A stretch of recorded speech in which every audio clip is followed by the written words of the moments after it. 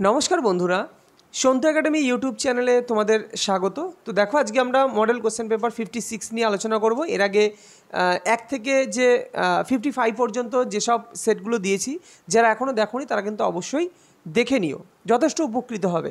তো দেখলেই বুঝতে পারবে। আর আমাদের যে টেলিগ্রাম চ্যানেল আছে সন্ধ্যা একাডেমি, যারা জয়েন করোনি তারা অতি অবশ্যই জয়েন করে নিও। আমরা কিন্তু পিডিএফগুলো সেখানে প্রোভাইড করে দিই। তো চলো আর বেশি কথা না বাড়িয়ে আজকে আমরা যে 56 যে কোশ্চেন পেপার সেটা নিয়ে আলোচনা করি। ফার্স্ট কোশ্চেন কি আছে দেখো, বলছে অ্যাভোগাড্রো ধ্রুবক এর মান কত। তো এই মানগুলোর মধ্যে দেখো, তোমাকে এখানে মান তো তোমাকে ডেটাটা মনে রাখতেই হবে যে অ্যাভোগাড্রো ধ্রুবকের মানটা। তো মান মনে রাখবে, মান হচ্ছে অপশান সি, অর্থাৎ 6.022 ইন্টু 10⁻23। দেখো, এটা পরীক্ষায় কিন্তু এরমও দিতে পারে 6.023 ইন্টু 10⁻23। তো যদি 2 এর জায়গায় 23 থাকে সেটাও কোনো ভুল নেই। ক্লিয়ার? আর একটা কথা বলে রাখি যে এই কোশ্চেনটা কিন্তু এইভাবেও দিতে পারে যে ধরো সাপোজ অ্যাভোগাড্রো সূত্রটাই তোমাকে বলে দিল, অ্যাভোগাড্রো সূত্রটা বলে দিল, দিয়ে বললো যে উপরিক্ত তত্ত্বটি কার, দিয়ে বললো মেন্ডেলিফের তত্ত্ব, অ্যাভোগাড্রো তত্ত্ব, গেলুসাক তত্ত্ব, নাকি চার্লসের সূত্র বা চার্লস তত্ত্ব। তো তখন কিন্তু কোশ্চেন কিন্তু এইভাবেও আসতে পারে পরীক্ষায়। তো অ্যাভোগাড্রো সূত্রটা তোমাদের একটু বলে দিই। তো সিম্পল ব্যাপার, কিছুই নেই, জাস্ট ছবিটার দিকে নজর রাখো। মনে করো এটা একটা পাত্র, এটা একটা পাত্র, এইটা একটা পাত্র। প্রত্যেকটা পাত্রে আলাদা আলাদা গ্যাস আছে। মনে করো এটার মধ্যে হাইড্রোজেন আছে, এটার মধ্যে অক্সিজেন আছে, এটার মধ্যে নাইট্রোজেন আছে। ঠিক আছে, খুব সহজে জিনিসটা বুঝিয়ে দিচ্ছি যাতে সূত্রটা মনে থাকে। তোমরা চার্লস বয়েলসের সূত্র তো খুব সহজেই মনে রাখতে পারো, এবং কি পিরিয়ডিক টেবিলের যে মেন্ডেলিফের সূত্র সেটাও তোমাদের মনে আছে, মেন্ডেলিফের আধুনিক পর্যায়ের সূত্র সেটাও মনে থাকে।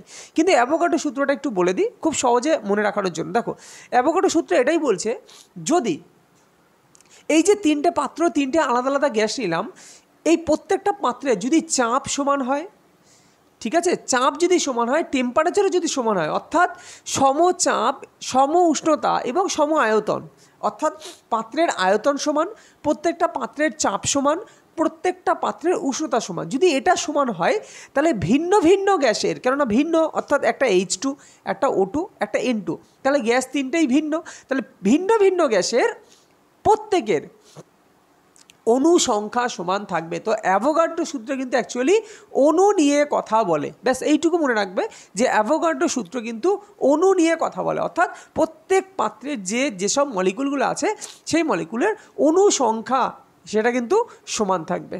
ক্লিয়ার? এই অ্যাভোগাড্রো দিয়ে অনেক কিছু হয়, অ্যাভোগাড্রো দিয়ে অঙ্ক আসে, সেগুলো যত এগোবো, যত আমি প্র্যাকটিসের মাধ্যমে তোমাদের কিন্তু সব শিখিয়ে দেবো। তাহলে অ্যাভোগাড্রো সূত্রের যে মান, সেই মানটা কত? 6.022 ইন্টু 10⁻23। দেখো -23 না, তো মাইনাস অপশানে থাকতে পারে, সেই দিকে কিন্তু নজর রাখবে। নেক্সট কোশ্চেন দেখো, বলছে ব্যবস্থাতন্ত্রের কার্যকারিতা ও স্পষ্টতা নিশ্চিত করার জন্য ভারতীয় রেল দ্বারা ওয়াগন, কোচ এবং লোকোমোটিভ ট্র্যাকিং করতে কোন প্রযুক্তি ব্যবহার করা হয়? এটা কিন্তু আগের বছর গ্রুপ ডিতে কোশ্চেন এসেছিলো, তো এগুলো সবসময় আসতে পারে।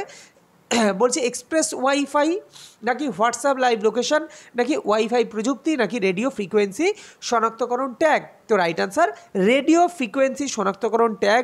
এই প্রযুক্তি দ্বারা কিন্তু বর্তমানে কি করা হয়, তোমার ব্যবস্থাতন্ত্রের যে কার্যকারিতা বা স্পষ্টতা নিশ্চিত করার জন্য ওয়াগন, কোচ, লোকোমোটিভ একে ট্র্যাকিং করতে কিন্তু অ্যাকচুয়ালি রেডিও ফ্রিকোয়েন্সি শনাক্তকরণ ট্যাগ কিন্তু ইউজ করা হয়। নেক্সট, নিম্নলিখিত কোন ক্ষেত্রে শ্রেষ্ঠত্বকে পুরস্কৃত করার জন্য সম্মানীয় অস্কার পুরস্কার দেওয়া হয়ে থাকে? রাজনীতি, সামাজিক কাজ, ক্রীড়া, নাকি সিনেমা? তো সকলেই জানো যে সিনেমা জগতে কিন্তু শ্রেষ্ঠত্বকে তোমার পুরস্কৃত করার জন্য এই অস্কার পুরস্কার দেওয়া হয়। প্রশ্ন হচ্ছে আমার, তোমাদের কমেন্ট বক্সে তোমরা জানাবে যে অস্কার পুরস্কার কোন দেশ প্রদান করে, অস্কার পুরস্কার কোন দেশ প্রদান করে এবং কত সাল থেকে এই পুরস্কার প্রদান করা শুরু হয়? একটি মৌলের ড্যাশ এর একই রাসায়নিক ধর্ম থাকে কিন্তু পারমাণবিক ভর ভিন্ন হয়। মানে বলতে চাইছে যে কোন একটা মৌল, দুটো মৌল, মনে করো এটা একটা এক্স, একটা ওয়াই, যাদের পারমাণবিক ভর আলাদা। পারমাণবিক ভর মানে মনে করো এটা হচ্ছে কি বলছে, দেখো রাসায়নিক ধর্ম এক, কিন্তু পারমাণবিক ভর আলাদা। তো রাসায়নিক ধর্ম এক মানে কি, তাদের ইলেকট্রন এক। দেখো কি করে বুঝলাম ইলেকট্রন এক, কোশ্চেনটা ভালো করে বুঝবে। দেখো কোশ্চেন কিন্তু এরকমই আসবে, ঘুরিয়ে আসবে। তোমরা আইসোটোপ দেখো, আমি এর আগে সেটে কিন্তু কোনো না কোনো সেটে আমি কিন্তু আইসোটোপ বুঝিয়ে দিয়েছি, আইসোবার কাকে বলে সেটাও বুঝিয়েছি, আইসোটোন কি এবং অ্যালোট্রোপ কি, প্রত্যেকটা জিনিস তোমাদের কিন্তু জানতে হবে আগে। আইসোটোপ কাকে বলে? আইসোটোপ হচ্ছে তারা যাদের ক্ষেত্রে ইলেকট্রন সংখ্যা সমান। মনে করো আমি একটা উদাহরণ দিই, এখানে হাইড্রোজেন, এটা হাইড্রোজেন, তো এটার মনে করো 1, এরও 1, নিচের পার্ট না, নিচের পার্ট মানে কি প্রোটন সংখ্যা বা ইলেকট্রন সংখ্যা বা পরমাণু ক্রমাঙ্ক, কিন্তু উপরের পার্ট আলাদা। উপরের পার্ট মানে ভর সংখ্যা। ধরো মনে করো এটা 2 আছে, এটা 3 আছে, তাহলে হাইড্রোজেনের তোমরা জানো 3টে আইসোটোপ, আমি যে কোনো 2টা আইসোটোপ নিয়ে করলাম, তাহলে 1H2 আর 1H3, এদেরকে পরস্পরকে কি বলা হয়? তো মনে রাখবে যদি নিচের পার্ট মানে ইলেকট্রন সংখ্যা বা প্রোটন সংখ্যা এগুলো যদি সমান হয়, কিন্তু ভর সংখ্যা যদি আলাদা হয়, তখন তাকে বলা হয় আইসোটোপ। এবার একটা জিনিস বলো, এখানে বলেছে একই রাসায়নিক ধর্ম, এখানে কিন্তু ইলেকট্রন প্রোটন কিছু বলেনি, তাহলে একই রাসায়নিক ধর্ম যদি হয়, তোমাকে ধরে নিতে হবে তাদের ইলেকট্রন সংখ্যা সমান, বা তুমি বলতে পারো সেই মৌলটার সর্বহিস্ত কক্ষে যে ইলেকট্রন সংখ্যা সেটা সমান। তার মানে কি তাদের ইলেকট্রন সংখ্যা সমান, কিন্তু বলছে পারমাণবিক ভর ভিন্ন হয়। এবার পারমাণবিক ভর অ্যাকচুয়ালি কিসের উপর ডিপেন্ড করে? কিছুটা ভর সংখ্যার উপর ডিপেন্ড করে, তাহলে ভর সংখ্যা আলাদা। অর্থাৎ এখানে এটাই বলতে চেয়েছে যে কোনো দুটি মৌলের যাদের পারমাণবিক সংখ্যা এক বা রাসায়নিক ধর্ম এক, মানে কি পারমাণবিক সংখ্যা এক বা ইলেকট্রন সংখ্যা এক, কিন্তু ভর সংখ্যা আলাদা, তারা কি, তাদেরকে কি বলা হয়? তো মনে রাখবে তাদেরকে বলা হয় আইসোটোপ।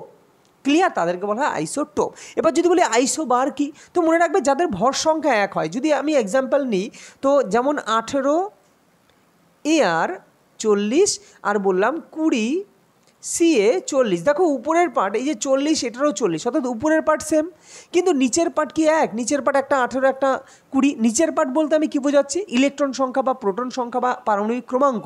বারবার বলছি না, শুধু উপর আর নিচ বলছি। ক্লিয়ার? তাহলে উপর মানে ভর সংখ্যা, যাদের ভর সংখ্যা এক কিন্তু পারমাণবিক সংখ্যা আলাদা, তাদেরকে বলা হয় কি আইসোবার। আর আইসোটোন কি?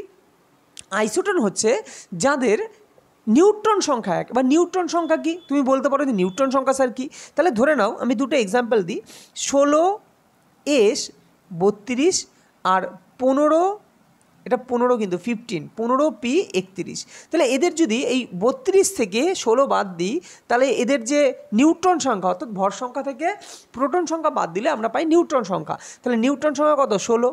আর 31 থেকে 15 বাদ দিলে কত হয়? 31 থেকে 15 বাদ দিলে দেখো তোমার হচ্ছে 16, 6 5 11, তার মানে এটাও হচ্ছে 16। অর্থাৎ এদের দুজনারই নিউট্রন সংখ্যা এক, অর্থাৎ S আর P যেটা নিলাম তাদের নিউট্রন সংখ্যা এক। তাহলে যদি কোনো দুটি মৌলের নিউট্রন সংখ্যা এক হয়, তাদেরকে বলা হয় পরস্পরের আইসোটোন। আর অ্যালোট্রোপ কি? অ্যালোট্রোপ হচ্ছে রূপভেদ। যেমন কার্বনের নিয়তাকার রূপভেদ আছে 3টে, কি কি? হিরে, ফুলারিন, আর একটা হচ্ছে গ্রাফাইট। তাহলে এগুলো কি? এগুলো তাদের রাসায়নিক ধর্ম কিন্তু আলাদা, কেননা হিরের যে রাসায়নিক ধর্ম, গ্রাফাইটের রাসায়নিক ধর্ম বা ফুলারিনের রাসায়নিক ধর্ম কিন্তু এক না, কিন্তু তারা সবাই কিন্তু কার্বন দিয়ে তৈরি। তাই এদেরকে বলা হয় অ্যালোট্রোপ বা বহুরূপী। অ্যালোট্রোপ বা বহুরূপী, এবং এই ঘটনাটাকে বলা হয় বহুরূপতা। ক্লিয়ার? আশা করি তোমরা প্রত্যেকটা জিনিস, এখানে যে প্রত্যেকটা জিনিস সেটা তোমরা জেনে গেছো। তো নেক্সট কোশ্চেন দেখো, এইগুলোই কিন্তু তোমাদের ডিটেলসে একটু জানতে হবে। ডিটেলসে জানলে তোমাদের এখান থেকে যা কোশ্চেন দেয় তোমরা পারবে। উদ্ভিদের মধ্যে কোন ধাতুটি পাওয়া যায়? Chromium, aluminium, magnesium, iron. দেখো কম বেশি সবই পাওয়া যায়, তাই এখানে অ্যাকচুয়ালি বলতে চেয়েছে উদ্ভিদের মধ্যে কোন ধাতুটি অ্যাকচুয়ালি বেশি পরিমাণে পাওয়া যায়। তো মনে রাখবে এদের মধ্যে অ্যাকচুয়ালি বেশি পরিমাণে পাওয়া যায় কিন্তু ম্যাগনেসিয়াম, তাই না? ম্যাগনেসিয়াম কেন? ক্লোরোফিল, অ্যাকচুয়ালি ক্লোরোফিল যেমন, জাস্ট 1 মিনিট, ওকে, ক্লোরোফিলে কোন ধাতু পাওয়া যায়? ক্লোরোফিলে ম্যাগনেসিয়াম পাওয়া যায়। তো অ্যাকচুয়ালি এটাই বলতে চাই যে উদ্ভিদের মধ্যে কোন ধাতু পাওয়া যায়, অর্থাৎ পাতায় কোন ধাতু পাওয়া যায়? সবথেকে বেশি ম্যাগনেসিয়াম পাওয়া যায়।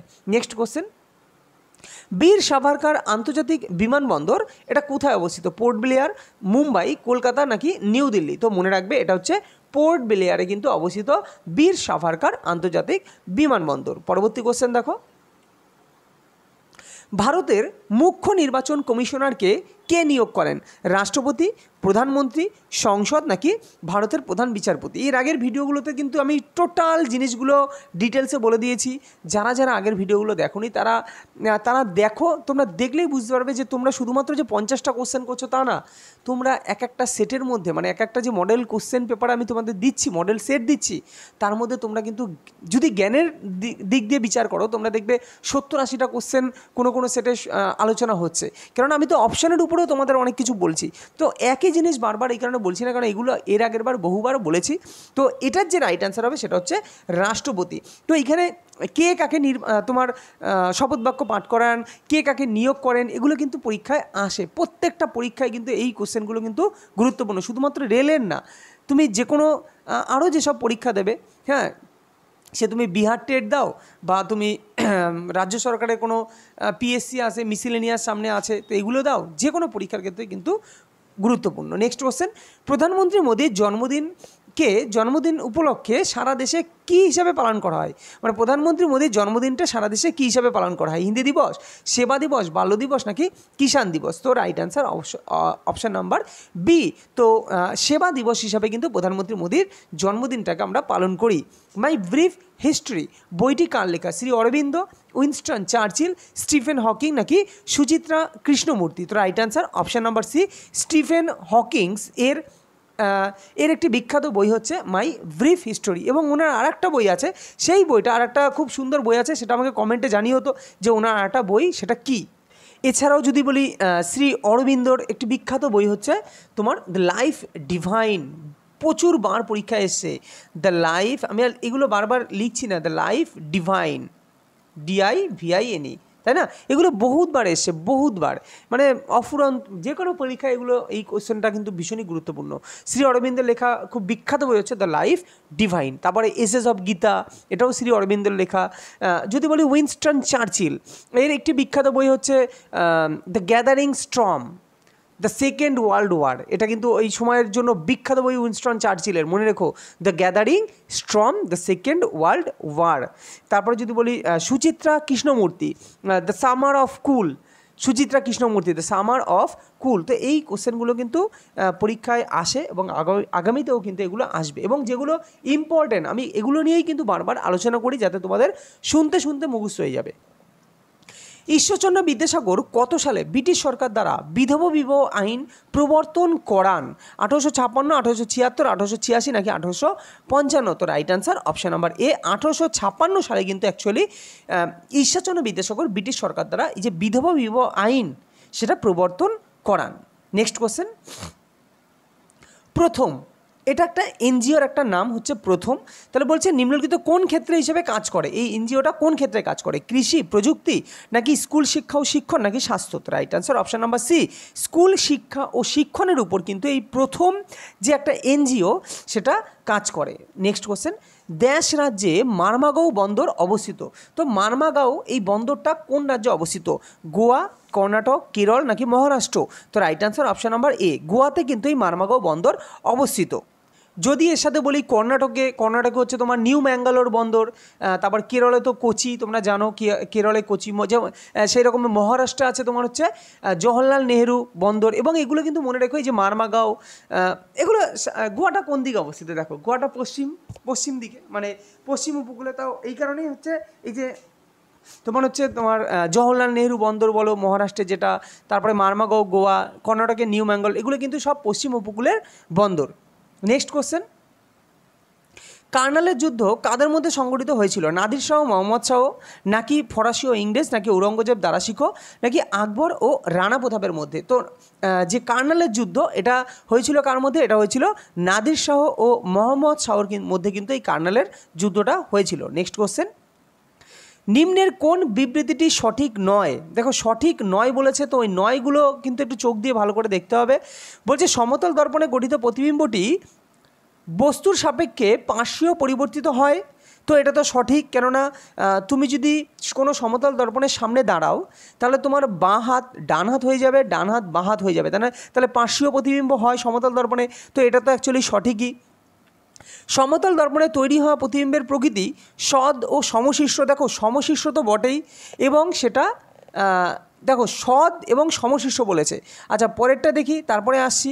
বলছি একটি সমতল দর্পণে গঠিত প্রতিবিম্বের আকৃতি বস্তুটির আকৃতির সমান। অবশ্যই একটা সমতল দর্পণ কোনগুলো, যেগুলো তোমরা বাড়ির যে আয়না ইউজ করো সেগুলো হচ্ছে সমতল দর্পণ। তাহলে সমতল দর্পণে তোমার যা হাইট হবে বস্তু দর্পণ তোমার প্রতিবিম্বের হাইটও সেমই হবে, তাহলে এটাও সমান, এটাও ঠিক। একটি সমতল দর্পণে গঠিত প্রতিবিম্ব দর্পণের পিছনে ঠিক ততটাই দূরত্বে থাকে যতটা দূরত্ব দর্পণের সামনে থাকে। একদমই তাই, এটাও সঠিক। তাহলে ভুল কোথায়? দেখো সমশীর্ষ, এটা তো ঠিক, কিন্তু সেটা কিন্তু সৎ নয়। তো এই সৎ লেখার জন্যই কিন্তু আমার এখানের অ্যান্সার হয়ে যাবে অপশান নাম্বার বি, কেননা আমাকে বলেছে সঠিক নয় কোনটা। তো এটা কিন্তু সৎ হয় না, সমশীর্ষ হয়, কিন্তু আর কি হয়, অসৎ হয়। ক্লিয়ার? অসৎ ও সমশীর্ষ হয়। তাহলে তোমাদের প্রত্যেকটা একটা জিনিস এখান থেকে কি বুঝলে, বোঝার বিষয় এটাই যে এই যে অপশানগুলো দেবে, মানে সমতল দর্পণে যে প্রতিবিম্ব, এই প্রতিবিম্ব সম্বন্ধে তোমাকে কিন্তু বৈশিষ্ট্যগুলো ডিটেলসে জানতে হবে। জানলে, কেননা এই বিবৃতি টাইপের কোশ্চেন দিলেই কিন্তু তোমাকে তুমি তখন কনফিউশনে পড়ে যাবে কোনটা সঠিক। তো এই কারণে তোমাদের কিন্তু থিওরিটিক্যালি বিষয়গুলো কিন্তু ভালো করে শিখতে হবে। শুধু এমসিকিউ করলেই হবে না, একটু বিষয়গুলো থিওরিটিক্যালি জানলে তোমাদের সুবিধা হবে এবং এই কোশ্চেনগুলো তোমরা ঠিক করতে পারবে। তাহলে সমতল দর্পণে যে গঠিত প্রতিবিম্ব সেটা কেমন হয়, সেটা তোমার অসৎ হয় এবং সমশীর্ষ হয়। Clear? Next question. Bhagini Nivedita চলচ্চিত্রটির পরিচালককে? দেবকী বসু, বিজয় বসু, সত্যজিৎ রায় নাকি তপন সিংহ? তো রাইট আনসার কী হবে? রাইট আনসার বিজয় বসু। তার হচ্ছে ভগিনী নিবেদিতা এই যে চলচ্চিত্র, এর পরিচালক হচ্ছে বিজয় বসু। এছাড়াও যদি বলি দেবকী বসুর হচ্ছে সাগর সঙ্গম হচ্ছে দেবকী বসু। তেমন সত্যজিৎ রায়ের তো বহুত পথের পাঁচালী, জলসাগর, অপুর সংসার, তিন কন্যা, আরও আছে চারুলতা, গুপিগাইন, বাঘাবাইন, এগুলো সবই হচ্ছে ঘরে বাইরে, এগুলো সবই কিন্তু সত্যজিৎ রায়ের কিন্তু মানে পরিচালক। এবং তপন সিংহের হচ্ছে হাটে বাজারে এবং কাবুলিওয়ালা। তো কাবুলিওয়ালা নামটা কিন্তু মনে রেখো, কাবুলিওয়ালা। তো কাবুলিওয়ালার পরিচালককে, কাবুলিওয়ালা মুভির পরিচালক হচ্ছে তপন সিংহ। Next question. পূর্ণিমা চৌধুরী তিনি কোন সঙ্গীতের সঙ্গে সম্পর্কিত? হিন্দুস্তানি শাস্ত্রীয় সঙ্গীত, ঠুমরি শাস্ত্রীয় সঙ্গীত, ধ্রুপদ শাস্ত্রীয় সঙ্গীত নাকি বাউল ও লোকসঙ্গীত? তো পূর্ণিমা চৌধুরী এই নামটা হয়তো তোমরা অনেকেই কম শুনবে। তো মনে রাখো এগুলো কিন্তু পরীক্ষায় এখন আসে, নতুন নতুন যেসব নাম, যেগুলো ধরো এই 2-3 বছরের মধ্যে যারা যুক্ত হয়েছে বা সঙ্গীতের সঙ্গে যারা পেপারের কাগজে বা নিউজে এসছে, তাদের কিন্তু কোশ্চেন কিন্তু আসার চান্স সবথেকে বেশি। তো রাইট অ্যান্সার কী হবে? Right answer option number B, অর্থাৎ তিনি কিন্তু ঠুমরি শাস্ত্রীয় সঙ্গীত, পূর্ণিমা চৌধুরী ইনি কিন্তু ঠুমরি শাস্ত্রীয় সঙ্গীতের সঙ্গে সম্পর্কিত। এবং তিনি কোথাকার বাসিন্দা, এটাও কিন্তু পরীক্ষা আসতে পারে। গ্রাম পঞ্চায়েতের সদস্য হওয়ার জন্য পদপ্রার্থীর ন্যূনতম বয়স কত হতে হবে? 18, 21, 25 নাকি 22? তো গ্রাম পঞ্চায়েতের সদস্য হতে গেলে তাকে কিন্তু ন্যূনতম বয়স 21 হতে হবে গ্রাম পঞ্চায়েতের সদস্য। ঔরঙ্গজেবের রাজত্বকালে কে ভারতে আসেন? র্যালফ ফিচ, Manushi, Ibn Battuta, Pietro valley. তো এগুলো কিন্তু এর আগে বহুবার বলেছি। তো ঔরঙ্গজেবের রাজত্বকালে যিনি ভারতে আসেন তিনি হচ্ছেন মানুচি হচ্ছে ঔরঙ্গজেবের রাজত্বকালে ভারতে আসেন। ট্যাক্সোনমির পিতা হিসেবে কাকে বিবেচ্য করা হয়? Linnaeus, Mendel, ব্রট, Darwin, Einstein. তো আশা করি সবাই জানো ক্যারোলাস লিনিয়াস হচ্ছে ট্যাক্সোনমির জনক বা পিতা হিসাবে তাকে মান্য করা হয়। মহাকাল পর্বতের সর্বোচ্চ শৃঙ্গ কোনটি? শ্যাডল পিক, আনাইমুদি, নকরেক নাকি অমরকণ্টক? তো মহাকাল পর্বতের সর্বোচ্চ শৃঙ্গ হচ্ছে অমরকণ্টক। বাকি যে নকরেক, শ্যাডল পিক এগুলো, আচ্ছা এটা বলে দিই একবার। যেমন শ্যাডল পিক হচ্ছে আন্দামান ও নিকোবর দ্বীপপুঞ্জের সর্বোচ্চ শৃঙ্গ শ্যাডল পিক। আনাইমুদি হচ্ছে আন্নামালাই পর্বতের, যখন মহাকাল পর্বত হচ্ছে অমরকণ্টক। আর আনাইমুদি তোমার হচ্ছে যে সর্বোচ্চ শৃঙ্গ কার, সেটা হচ্ছে আন্নামালাই। আর নকরেক যে সর্বোচ্চ শৃঙ্গ, গারো পাহাড়ের সর্বোচ্চ শৃঙ্গ হচ্ছে নকরেক হচ্ছে গারো। এইভাবে মনে রাখবে, শ্যাডল পিক হচ্ছে আন্দামান নিকোবর দ্বীপপুঞ্জের সর্বোচ্চ শৃঙ্গ, আনাইমুদি আন্নামালাই, নকরেক গারো পর্বতের সর্বোচ্চ শৃঙ্গ, অমরকণ্টক হচ্ছে মহাকাল পর্বতের সর্বোচ্চ শৃঙ্গ। যামিনী রায়ের বিখ্যাত সৃষ্টি নিচের কোনটি? দ্য লাস্ট হারভেস্ট, বুদ্ধের গৃহত্যাগ, শেষ নিঃশ্বাস, মা ও শিশু। তো ভীষণ গুরুত্বপূর্ণ এই কোশ্চেনগুলো কিন্তু সব সময় পরীক্ষায় আসে।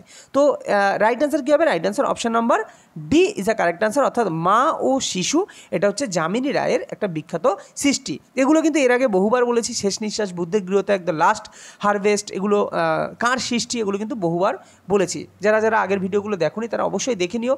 আমি কথা দিচ্ছি, এক থেকে তোমরা যদি ভিডিওগুলো দেখতে থাকো, 1 নম্বর থেকে তোমরা জিকের পার্ট কিন্তু তোমাদের কাছে যথেষ্ট ইজি হয়ে যাবে। নিচের কোনটি একটি system software? MS Office, Photoshop, MS Excel নাকি উইন্ডোজ? বলছে সিস্টেম সফটওয়্যার কোনটা? তো সিস্টেম সফটওয়্যার মনে রাখবে উইন্ডোজ। উইন্ডোজ কিন্তু একটা সিস্টেম সফটওয়্যার। নেক্সট, ক্রিকেট ছাড়া আর কোন খেলায় স্ট্রাইকার আছে? লুডো, খোখো, ক্যারাম নাকি দাবা? দেখো, ক্যারাম অনেকেই খেলেছো বা জানো তোমরা, বিশেষ করে যারা কলেজ লাইফে, তো অনেকেই কম বেশি ক্যারাম খেলো। তো এই যে বড় যেটা দিয়ে আমরা গুটির উপর আঘাত করি, তো সেটাকে বলা হয় স্ট্রাইকার। তো ক্রিকেট খেলায় স্ট্রাইকার আছে, আর ক্রিকেট খেলায় ছাড়া কিন্তু এই ক্যারাম খেলায় কিন্তু স্ট্রাইকার আছে। কোন শাসকের রাজধানী ছিল বাদামি বা বাতাবি বলা হয় অনেক সময়? রাজেন্দ্র চোল, দ্বিতীয় চন্দ্রগুপ্ত, সমুদ্রগুপ্ত নাকি দ্বিতীয় পুলকেশী? তো বাতাবি বা বাদামি এই যে রাজধানী ছিল সেটা কোন শাসকের? সেটা কিন্তু দ্বিতীয় পুলকেশী। দ্বিতীয় পুলকেশীর যে রাজধানী সেটা ছিল কি? বাদামি বা বাতাপি। দেখো, এর সাথে রাজেন্দ্র চোল, যদি বলি রাজেন্দ্র চোলের যে রাজধানী ছিল গঙ্গাইকোল্ড চোলপুরম, তাই না? রাজেন্দ্র চোল হচ্ছে গঙ্গাইকোল্ড চোলপুরম। দ্বিতীয় চন্দ্রগুপ্তের যে রাজধানী ছিল সেটা হচ্ছে উজ্জয়িনী। আচ্ছা, পুরুষপুর কার রাজধানী ছিল? পুরুষপুর বা পেশোয়া, পুরুষপুর। আচ্ছা, পাটলিপুত্র কাদের ছিল? অশোক ছিল। তারপর চন্দ্রগুপ্ত মৌর্য, সেটাও পাটলিপুত্র। পুরুষপুরটা কনিষ্কের রাজধানী ছিল পুরুষপুর বা পেশোয়া। আর সমুদ্রগুপ্তের রাজধানী কী ছিল? সমুদ্রগুপ্তের রাজধানী ছিল পাটলিপুত্র। সেরকমভাবে পাটলিপুত্র কার ছিল? দেখো, সমুদ্রগুপ্ত ছিল, তারপরে হচ্ছে তোমার ধননন্দ ছিল, তারপর চন্দ্রগুপ্ত মৌর্য ছিল, কারণ ধননন্দকে পরাজিত করে চন্দ্রগুপ্ত মৌর্য সিংহাসনে বসে কৌটিল্যের সহায়তায়, তাই না? চাণক্য বা কৌটিল্য। আর অশোকের কিন্তু ছিল তারপরে পাটলিপুত্র। চলো পরবর্তী কোশ্চেন। নিম্নলিখিত কোনটি ভারত এবং আমেরিকা উভয় সংবিধানের উভয় সংবিধানের একই বৈশিষ্ট্য? এটা একটি বৈশিষ্ট্য এরম হবে। তো একক নাগরিকত্ব, সংবিধানের 3টি তালিকা, দ্বৈত বিচার ব্যবস্থা নাকি সংবিধানের তত্ত্বাবধায়ক হিসাবে একটি যুক্তরাষ্ট্রীয় সুপ্রিম কোর্টের গঠন? তো রাইট আনসার কী হবে? Right answer option number D, সংবিধানের তত্ত্বাবধায়ক হিসাবে একটি যুক্তরাষ্ট্রীয় সুপ্রিম কোর্টের গঠন। এটা কিন্তু ভারত ও আমেরিকা উভয় সংবিধানের একই সেম বৈশিষ্ট্য। নেক্সট, নিচের কোনটি লেন্সের ফোকাল দৈর্ঘ্যকে সামঞ্জস্য করে চোখের সাহায্য করে? মানে চোখকে সাহায্য করে, আমাদের লেন্স যে তার ফোকাল দৈর্ঘ্যকে সামঞ্জস্য করে এবং চোখকে দেখতে সাহায্য করে, সেটা কোনটি? সিলিয়ারি বডি, সম্পূর্ণ আইবল, লেন্স নাকি রেটিনা? দেখো, রেটিনায় তো প্রতিবিম্ব গঠিত হয়, আর লেন্সে তো প্রতিসরণ হয়, তাই না? লেন্সে প্রতিসরণ হয়, তাহলে হয় সিলিয়ারি বডি হবে, নাই সম্পূর্ণ আইবল হবে। দেখো, সম্পূর্ণ আইবল ব্যাপারটা একটু আলাদা। তো রাইট অ্যান্সার পড়ে থাকলো কি? তো যদি তোমার এই জিনিসগুলো সম্বন্ধে, অর্থাৎ অপশন সম্বন্ধেও তুমি জানো না, তাহলে তুমি অ্যান্সারের অনেক দোরগোড়ায় চলে গেলে। তো অ্যান্সারের অ্যাকুরেসি পরিমাণ বাড়বে। আর তোমরা জানো রিলে অ্যাকুরেসি কিন্তু খুব ভাইটাল। যে অ্যাকুরেসি মেনটেন করতে পারবে সে কিন্তু অনেক এগিয়ে যাবে। ক্লিয়ার? নাম্বার অফ কোশ্চেন, তুমি অবশ্যই নাম্বার অফ কোশ্চেনের দিকে অন্তত 70টা যদি তোমরা করতে পারো, 70 থেকে 80টা যদি করতে পারো, এবং কোশ্চেনের, কেননা যেহেতু পার্সেন্টাইল আছে, কোশ্চেনের লেভেল যদি একটু টাফ থাকে এবং সেই টাফ কোশ্চেনে তুমি যদি 70 করতে পারো এবং 70টাই যদি তুমি ঠিক করতে পারো, তাহলে তুমি চান্স পাবেই। কেননা অ্যাকুরেসির পরিমাণ কিন্তু খুব, অ্যাকুরেসি ভালো থাকলে কিন্তু পার্সেন্টাইল নাম্বারটা কিন্তু খুব ভালো আসবে। এই কারণে বলি যে আন্দাজে করার কোনো প্রয়োজন নেই, পারবে না ছেড়ে দেবে, কিন্তু নাম্বার অফ কোশ্চেনটাও তোমাকে টার্গেট রাখতে হবে, অন্তত 60-এর উপর যেন থাকে, অন্তত 70 যেন থাকে, তাহলেই তুমি চান্স পাবে, এটুকু শিওর। আচ্ছা, পরবর্তী কোশ্চেন। তাহলে কি বললাম, 26-এর যেটা এই কোশ্চেন কী ছিল? ফোকাল দৈর্ঘ্যকে সামঞ্জস্য করে, তাহলে কে? সিলিয়ারি বডি কিন্তু এই ফোকাল দৈর্ঘ্যকে সামঞ্জস্য করে চোখকে দেখতে সাহায্য করে। ভারতের ক্রিকেট বোর্ড অফ কন্ট্রোলের প্রধান দপ্তর কোথায় অবস্থিত? মুম্বাই, কলকাতা, দিল্লি, চেন্নাই? তো ভারতের ক্রিকেটের বোর্ড অফ কন্ট্রোল এর প্রধান দপ্তর কোথায়? সেটা হচ্ছে মুম্বাইয়ে কিন্তু এই যেটা হচ্ছে BCCI সেটা কিন্তু অবস্থিত। 10 কেজি ওজনের একটি বস্তু 2 মিটার পার সেকেন্ড গতিবেগে চলমান, বস্তুটির গতিশক্তি কত? দেখো, গতিশক্তির ফর্মুলা কি বলেছি? Half mv²। তাহলে হাফের মান বসাও, হাফ ইন্টু এম এর মান কত? আগে দেখে নেবে যে সবই কি এসআইতে আছে কিনা। তো এটাও কেজিতে আছে, এটাও মিটার পার সেকেন্ডে আছে, তার মানে এসআইতে আছে। তাহলে এম এর মান 10, আর এইদিকে ভি এর মান বলেছে 2। তাহলে যেহেতু v², তাহলে 2 গুণ 2, তাহলে 1 2 1 2 কেটে গেল, তাহলে 10 দুগুণি 20। তো রাইট অ্যান্সার হচ্ছে 20। দেখো 20 সবই জুল আছে, তাও আমার তো অপশন কোনো ব্যাপারই না, সবই 20 আছে, কিন্তু এখানে কিন্তু অপশানের উপরেও তোমাকে কিন্তু অনেক কাহিনী করতে পারে। তো সেই কাহিনীটাকে মাথায় রাখবে যে গতিশক্তির যে এসআই একক সেটা হচ্ছে জুল, আর সিজিএস একক হচ্ছে আর্গ, এটাও মনে রাখবে, কেননা তোমাকে আর্গেও দিতে পারে জুলেও দিতে পারে। যেহেতু এসআইতে সব কাজ হচ্ছে তাই কিন্তু রাইট অ্যান্সার হবে জুল। এখানে 20 আর্গও দিতে পারতো, তো রাইট অ্যান্সার 20 জুল হবে, কেননা এসআইতে আমরা কাজ করেছি। চোল রাজাগণ নিচের অজস্র মন্দির নির্মাণকারী, তারা তাঞ্জাভুরের ড্যাশ মন্দির নির্মাণ করেছিলেন। তা তাঞ্জাভুরের কী মন্দির নির্মাণ করেছিলেন? ব্রহ্মেশ্বর, লিঙ্গরাজ, বৃহদেশ্বর নাকি দিলওয়াড়া? তো তোমার চোল রাজাগণ তিনি তাঞ্জাভুরে কী মন্দির নির্মাণ করেছিলেন? তাঞ্জাভুরের কিন্তু বৃহদেশ্বর মন্দির কিন্তু নির্মাণ করেছিলেন চোল রাজাগণ, তাঞ্জাভুরের বৃহদেশ্বর মন্দির। বিখ্যাত আন্দোলনকারী ইরম শর্মিলা চানু তিনি কি বলছে এর লৌহমানবী রূপে খ্যাত, মানে তিনি কোন রাজ্যের লৌহমানবী রূপে খ্যাত? মিজোরাম, মণিপুর, নাগাল্যান্ড নাকি ত্রিপুরা? তো right answer option number B, তিনি কিন্তু মণিপুরের লৌহমানবী রূপে খ্যাত হচ্ছে ইরম শর্মিলা চানু, মণিপুরের লৌহমানবী রূপে খ্যাত। শিবকিলা পাস নিম্নলিখিত কোন দুটি জায়গাকে যুক্ত করেছে? জম্মু ও শ্রীনগর, শ্রীনগর গিলগিট, শ্রীনগর লে নাকি হিমাচল প্রদেশ ও তিব্বত? তো right answer option number D, অর্থাৎ হিমাচল প্রদেশ ও তিব্বতকে জুড়েছে কে? তোমার হচ্ছে শিবকিলা পাস জুড়েছে হচ্ছে হিমাচল প্রদেশ ও তিব্বত। যদি বলি শ্রীনগর আর লে, এই দুটো জায়গাকে যুক্ত করেছে কে? শ্রীনগর লে, সেটা হচ্ছে জজিলা পাস, যেটা হচ্ছে জম্মু কাশ্মীরে আছে। জম্মু কাশ্মীরে অনেক কটা আছে, জজিলা আছে, কারাকোরাম আছে, বুর্জিলা আছে, তারপরে তোমার বানিহাল আছে, যেটা হচ্ছে জম্মু ও শ্রীনগরকে যুক্ত করেছে। ওকে, তাহলে শ্রীনগর লে হচ্ছে কি তোমার হচ্ছে জজিলা পাস। এবং শ্রীনগর আর গিলগিট, যেটা হচ্ছে তোমরা জানো পাকিস্তানের গিলগিট একটা প্রদেশ আছে, যেখানে বালুচিস্তানের মধ্যে পড়ে, তাই না? বালুচিস্তান মনে হয়, বালুচিস্তানেই তো গিলগিট, না পাকিস্তানের গিলগিট, যেটা বালুচিস্তান আলাদা গিলগিট আলাদা মনে হয়, তবু একটু কনফিউশন আছে, যাই হোক সেটা একটু দেখে নিও।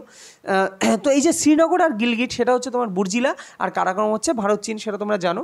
ওকে, আর জম্মু কাশ্মীর তো বললাম, জম্মু ও কাশ্মীরকে যে যুক্ত করেছে সেটা হচ্ছে বানিহাল বা জহর টানল বলা হয়, যেটা এশিয়ার মধ্যে বৃহত্তম।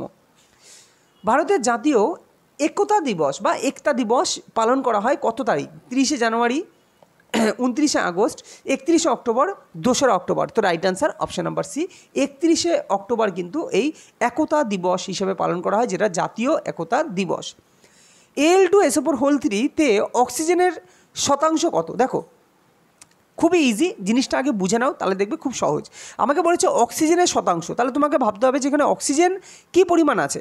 দেখো আমি যদি Al2SO4 টোটালটা আগে বার করি, কারণ শতাংশ, ধরো সাপোজ তুমি 100-র মধ্যে 50 পেলে, তাহলে তুমি কত পার্সেন্ট নাম্বার পেলে? 50%। তাহলে আগে টোটালটা কত সেটাকে বার করতে হবে। তো এটা বার করার আগে তোমাদের একটা জিনিস বলি, তোমাকে এই অ্যালুমিনিয়ামের পারমাণবিক ভর, সালফারের পারমাণবিক ভর, অক্সিজেনের যে পারমাণবিক ভর, এগুলো তোমাকে পরীক্ষায় দিয়ে দেবে, এখনও পর্যন্ত রেলে সেগুলো দিয়ে দেয়। তাহলে আমি যেহেতু এখানে দিইনি, তাই তোমাদের অসুবিধা হতে পারে। তো মনে রাখবে অ্যালুমিনিয়ামের যেটা হচ্ছে পারমাণবিক ভর সেটা হচ্ছে 27। তাহলে অ্যালুমিনিয়াম যদি 27 হয়, আমি এর কী বার করছি? এর হচ্ছে মলিকুলার ওয়েট, মানে টোটাল এর পরিমাণটা কত সেটা বার করছি। তাহলে অ্যালুমিনিয়াম হচ্ছে 27, তাহলে 27 × 2, কেননা Al2 আছে।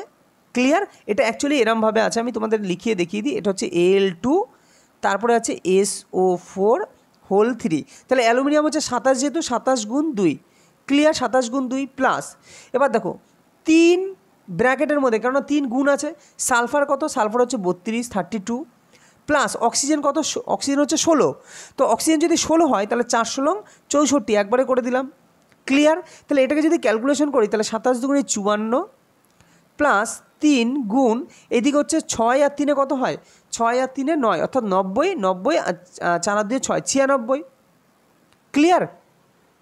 আরেকবার দেখে নিই, 6, 7, 8, 9, 96। ওকে, তাহলে এবার এটাকে গুণ করলে কত হবে? এটাকে হবে 54 প্লাস 3, 6, 18, 8, হাতে থাকলো আমার 1, 3 নং 27, আচ্ছা 3, 6, 18, 8, হাতে থাকলো আমার 1, 3 নং 27 আর 1 8, 288। এবার 288 আর 54 যদি আমরা যোগ করি, তাহলে 8 আর 4 12, 2, হাতে থাকলো আমার 1, 8 আর 5 13, 13টাকে 14, 4, হাতে থাকলো আমার 1, 2 আর 1 3, 342 হচ্ছে এর টোটাল আণবিক ভর বেরোলো।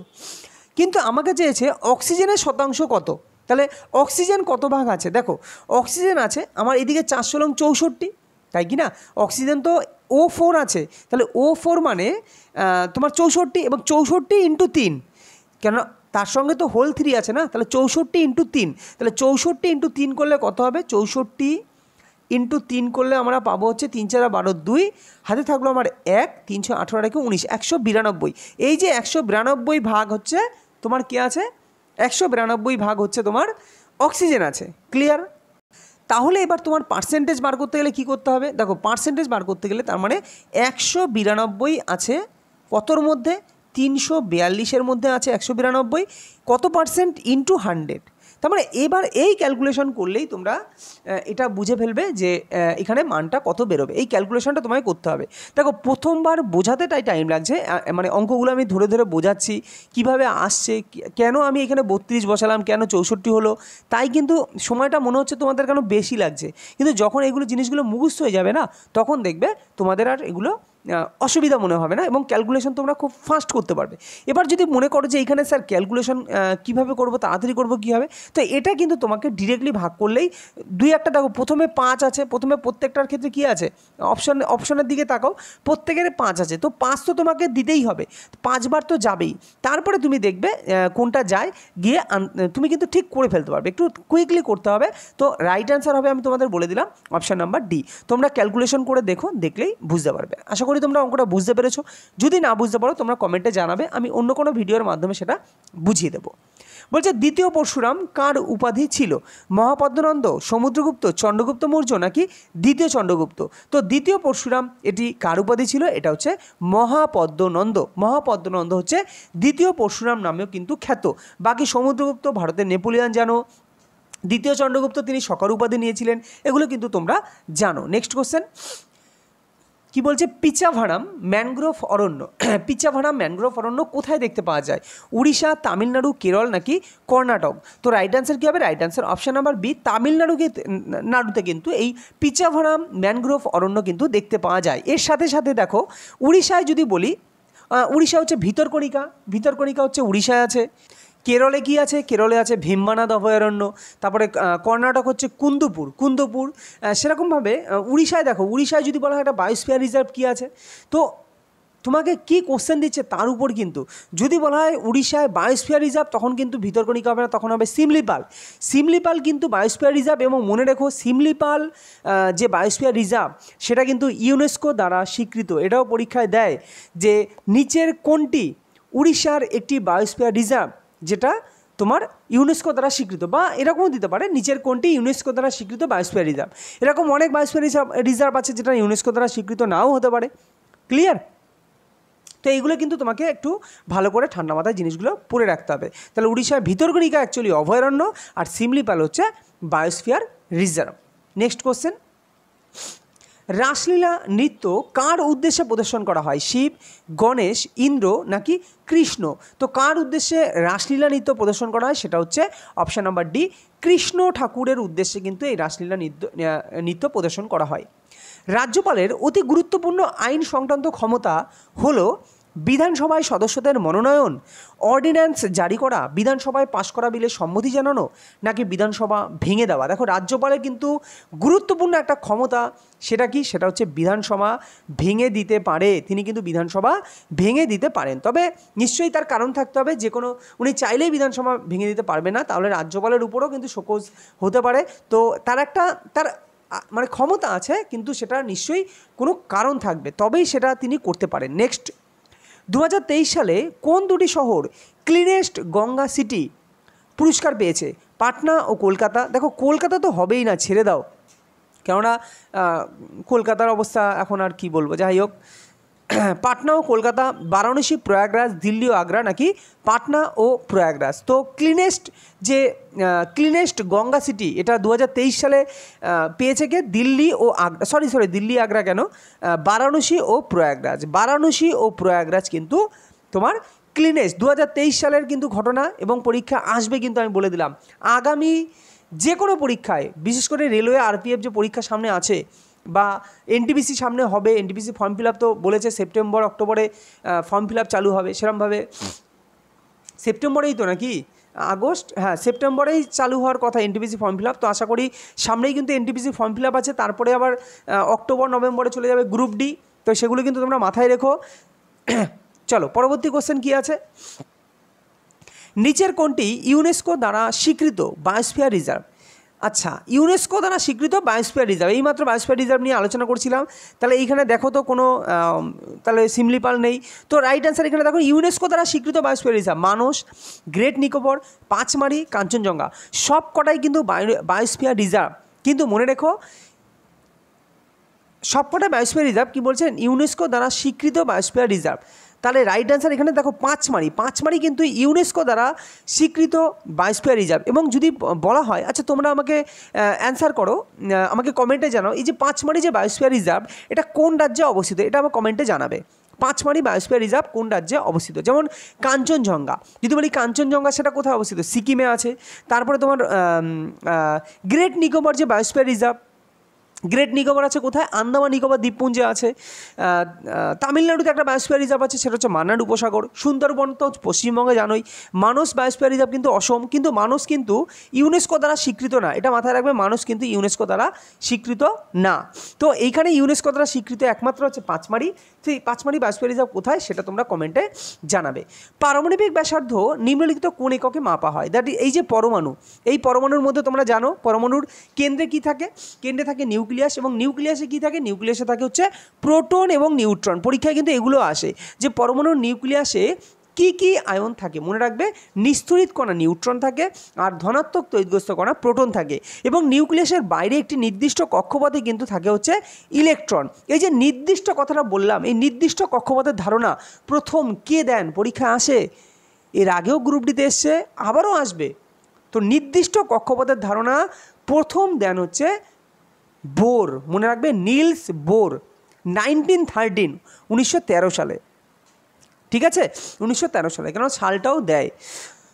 তো চলো যেটা নিয়ে কোশ্চেন সেটা নিয়ে আলোচনা করি। বলছে পারমাণবিক ব্যাসার্ধ, এই যে পারমাণবিক ব্যাসার্ধ অর্থাৎ নিউক্লিয়াস থেকে এই যে কক্ষপথের মধ্যে যে দূরত্ব, এই যে ব্যাসার্ধটা, সেই ব্যাসার্ধ কোন এককে মাপা হয়? ন্যানোমিটারে, মিলিমিটারে, সেন্টিমিটারে নাকি মাইক্রোমিটারে? তো মনে রাখবে অপশান নাম্বার এ ন্যানোমিটারে। এবং এটা কিন্তু অ্যাংস্ট্রম এককেও কোনো কোনো ক্ষেত্রে মাপা হয়, যেহেতু অ্যাংস্ট্রম নেই তাই এখানে অ্যান্সার হবে ন্যানোমিটার। এবং এইখানে একটা জিনিস বলে রাখি, তোমাদের কিন্তু এই ইউনিট চেঞ্জিং, ইউনিট ট্রান্সফারও দেয় পরীক্ষায়। যেমন একবার দিয়েছিল যে 1 অ্যাংস্ট্রম সমান কত সেন্টিমিটার, 1 অ্যাংস্ট্রম সমান কত সেন্টিমিটার বা কত মিটার, এগুলো কিন্তু তোমাদের পরীক্ষায় দেবে, এর পরেও দেবে। ক্লিয়ার? এরপরে যে কোনো পরীক্ষায় কিন্তু এগুলো দেবে, মানে রেলে বিশেষ করে সায়েন্সের পার্টে কিন্তু এই কোশ্চেনগুলো দেয়। যেমন 1 গ্যালন মানে কত লিটার, এগুলো কিন্তু দেবে। ক্লিয়ার? চলো, খালসা প্রতিষ্ঠা করেন গুরু নানক, রঞ্জিত সিং, তেগ বাহাদুর নাকি গুরু গোবিন্দ সিং? তো খালসা একটা প্রথা, তো সেটা প্রতিষ্ঠা করেন কে? তো সেটা প্রতিষ্ঠা করেন হচ্ছে option number D Guru Gobind Singh. এবং গুরু তেগ বাহাদুরের সঙ্গে একটা জিনিস জড়িত, যেটা হচ্ছে তিনি নবম গুরু, এবং তাকে কিন্তু তোমার কে হত্যা করেছিল তেগ বাহাদুরকে?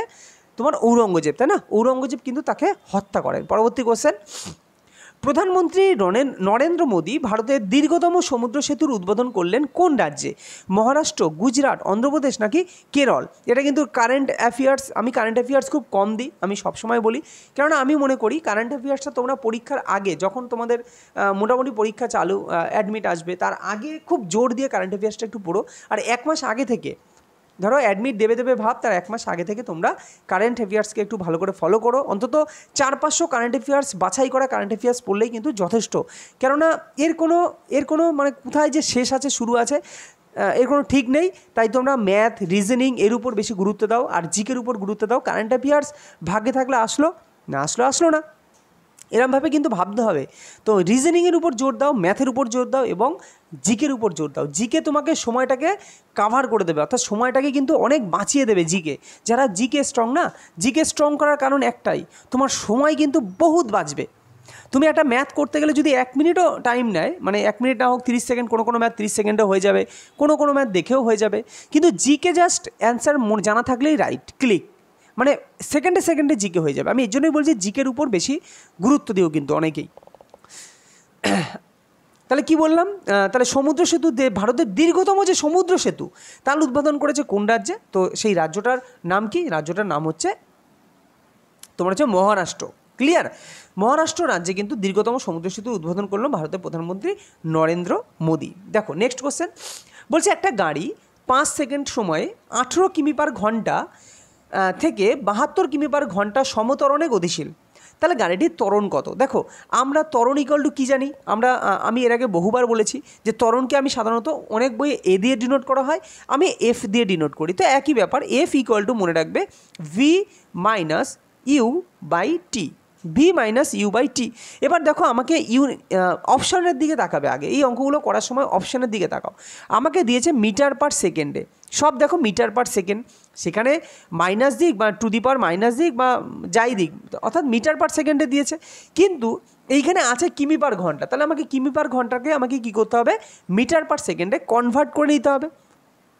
তাহলে কিমি পার ঘন্টা থেকে যদি মিটার পার সেকেন্ডে কনভার্ট করি তাহলে কত দিয়ে গুণ করতে হয়, সেটা হচ্ছে তোমার 5/18 দিয়ে গুণ করতে হয়, তাই তো? তাহলে আমি 18 কিমি পার ঘন্টাকে আমি কি করব, 18 কিমি পার ঘন্টা যদি 5/18 দিয়ে গুণ করি, 5/18 না, সরি 5/36, জাস্ট 1 মিনিট,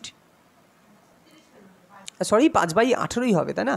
5/18, তাহলে দেখো আমি 18টাকে যদি 5/18 দিয়ে গুণ করি, 18 দিয়ে গুণ করি, তাহলে 18 কেটে গেল, তার মানে এই যে 18 কিমি পার ঘন্টা আমি এটা পেলাম 5 মিটার পার সেকেন্ড, তাই না? 5 মিটার পার সেকেন্ড পেলাম 18 কিমি পার ঘন্টাকে। আর 72 কিমি পার ঘন্টা, যদি 72 কিমি পার ঘন্টাকে মিটার পার সেকেন্ডে করি তাহলে 72 ইন্টু 5/18, তাহলে তোমার 18 হচ্ছে 4/18 72, তাই না? 4/18 72, 4/5 20, তার মানে এটা হচ্ছে 20 মিটার পার সেকেন্ড। এগুলো সাইডে আমি করে নিলাম, আমি তোমাদের দেখালাম, তোমরা মুখে মুখে এগুলো করে ফেলতে পারো, তাই না? 18 কেটে গেলে যে 5 হবে, এটা মুখোমুখি করা যায়। তাহলে ভি মানে কি, অন্তিম বেগ। তাহলে এখানে অন্তিম বেগ কত বলেছে দেখো, 18 কিমি পার ঘন্টা প্রথমে বেগ ছিল, এটা হচ্ছে প্রাথমিক, তাহলে সেটা থেকে ও 5 সেকেন্ডে সেটা বেড়ে হয়ে গেছে 72 কিমি পার ঘন্টা। ক্লিয়ার? তাহলে অন্তিম বেগটা কত, অন্তিম বেগ 72, তাহলে 72 মানে এখানে 20। কেন 20 হলো বুঝিয়ে দিয়েছি নিচে, আমরা কি করেছি, কিমি পার ঘন্টাকে মিটার পার সেকেন্ডে কনভার্ট করে নিয়েছি, কেননা আমাকে দেখো এখানে 5 সেকেন্ড দিয়েছে, যদি এটা ঘন্টায় দিত তাহলে আমি কিন্তু কিমি পার ঘন্টাতেই কাজ করতাম। বুঝতে পারলে? যে তোমরা ভাবতে পারো যে স্যার আমি কিমি পার ঘন্টা দিয়ে আমি কাজ করে শেষে গিয়ে তো আমি মিটার পার সেকেন্ডে কনভার্ট করতে পারি, যে সেটা কেন করলাম না? তো করলাম না কারণই হচ্ছে আমাকে দেখো প্রথমেই দিয়েছে 5 সেকেন্ডে, তাহলে আমাকে এইখানেও কাজ করতে হবে সেকেন্ডে। বুঝতে পারলে তো ব্যাপারটা এটাই। তাহলে 20 মাইনাস 5 বাই টি মানে কত, 5 সেকেন্ড। তাহলে এইখানে যদি আমরা ক্যালকুলেশন করি, আমি কালারটা একটু চেঞ্জ করে নিই তোমাদের সুবিধা হবে, তাহলে যদি ক্যালকুলেশন করি তাহলে এখানে 20 থেকে 5 বাদ দিলে 15/5, তাহলে 15/5কে কাটলে আমি পাবো কত, 3×5 15, তাহলে 3, অর্থাৎ আমার অ্যান্সার হবে 3। এবার দেখো অ্যান্সার আমার অপশান বিও হতে পারে, অপশান সিও হতে পারে। এবার তোমাকে জানতে হবে যে এই যে ত্বরণের এককটা কি, তাহলে ত্বরণের একক কিন্তু মিটার পার সেকেন্ড স্কোয়ার, বা দেখো হয় মিটার পার সেকেন্ড স্কোয়ার, ভালো করে দেখো কোনো বইয়ে মানে মিটার, কালো কালে দিয়ে করি, মিটার পার সেকেন্ড স্কোয়ার এরম থাকতে পারে, বা মিটার সেকেন্ড টু দি পাওয়ার -2, এই দুটোই কিন্তু সেম। এই যদি পার থাকে তাহলে মাইনাস হয় না, যদি পারটা উঠে যায় তাহলে তোমার -2 হয়। তাহলে তুমি ভালো করে চোখ দিয়ে দেখে করবে, দেখো এটা কিন্তু মিটার সেকেন্ড টু দি পাওয়ার -2, পার দেওয়া নেই, তাহলে অপশান বি রাইট অ্যান্সার না, অপশান সি কিন্তু রাইট অ্যান্সার। এগুলো কিন্তু ঠান্ডা মাথায় দেখতে হবে, আমি বারবার বলছি। যখনই পরীক্ষা যখন হলে যাবে, ধরো প্রথম দিকে তোমরা কয়েকটা কোশ্চেন পারছো না তো ঘাবড়াবে না, ধীরে ধীরে কোশ্চেনগুলো করবে। ঘাবড়ে গেলেই কিন্তু তুমি অপশানগুলো, ওরা এমনভাবে অপশানগুলো করে না, তুমি ভুল করে ফেলবে, একটু অমনোযোগী হলেই কিন্তু ভুল হয়ে যাবে। তো এইগুলো ঠান্ডা মাথায় করবে, দেখবে জিনিসগুলো সহজ হবে। চলো নেক্সট 44 কোশ্চেন নাম্বার কি বলেছে, সংবিধানের কোন ধারায় বলা আছে যে 14 বছরের কম বয়সের কোনো শিশুকেই কারখানা বা খনি বা বিপজ্জনক কাজে নিয়োগ করা উচিত নয়? এটা কোন ধারায় বলা আছে? ধারা 24, ধারা 45, ধারা 330 নাকি ধারা 368? তো right answer option number A. দেখো এটা খুব সহজ, কেননা এখানে যদি 24, 23 এইসব দিতাম তাহলে একটু তোমরা কনফিউজড হতে, কেননা 45, 30, কেননা দেখো এটা তো অ্যাকচুয়ালি কি মৌলিক অধিকারের কথা বলেছে, অর্থাৎ 12 থেকে 35 যেটা হচ্ছে মৌলিক অধিকার প্রত্যেকটা মানুষের। তাহলে এইটাও অধিকার যে 14 বছরের কম বয়সী শিশুকে খনি বা বিপজ্জনক কাজে নিয়োগ করা উচিত নয়, এটা তাদের মৌলিক অধিকার, সেই শিশুদের মৌলিক অধিকার, অর্থাৎ ধারা 24 কিন্তু বলা আছে এই কথাটা। নেক্সট কোশ্চেন, নিম্নলিখিতগুলির মধ্যে কোন রাজ্যে দীর্ঘতম আন্তর্জাতিক সীমারেখা বর্তমান? ভীষণ গুরুত্বপূর্ণ এই যে রাজ্যের, এগুলো মানে রেলের তো খুব ফেভারিট কোশ্চেন, যে ধরো বলে দিল যে ভারতের মধ্যে কোন রাজ্যের সবথেকে দীর্ঘতম সীমারেখা বর্তমান, কোন রাজ্যের সাথে কোন রাজ্যের, এরম বলতে পারে। তারপরে বলতে পারে এখানে এরম কোশ্চেন হয় যে বাংলাদেশের যে পার্শ্ববর্তী যেসব রাজ্যগুলো, মানে বাংলাদেশের সঙ্গে সীমারেখার সঙ্গে যুক্ত কোন রাজ্য বাংলাদেশের সঙ্গে সবথেকে বেশি সীমানা তার আছে। তারপরে মধ্যপ্রদেশের সাথে, বা বলতে পারে তোমাকে ধরো ছত্তিশগড়ের সাথে, ছত্তিশগড় রাজ্যটা যেসব রাজ্যের সঙ্গে, ভারতের যেসব রাজ্যের সঙ্গে যুক্ত, সেই রাজ্যগুলোর মধ্যে কোন রাজ্যের সীমানা সবথেকে বেশি। তো এই যে রাজ্য নিয়ে, এই সীমানা নিয়ে কিন্তু যা তা যেমন খুশি কোশ্চেন হতে পারে। তো তোমরা ম্যাপটা একটু ভালো করে দেখে রেখো, এইখান থেকে কিন্তু একটা কোশ্চেন রেলে কিন্তু থাকেই। ওকে, তাহলে আমাকে বলেছে কি নিম্নলিখিত রাজ্যগুলোর মধ্যে কোন রাজ্যের দীর্ঘতম আন্তর্জাতিক সীমারেখা বর্তমান, দীর্ঘতম আন্তর্জাতিক সীমারেখা বলেছে।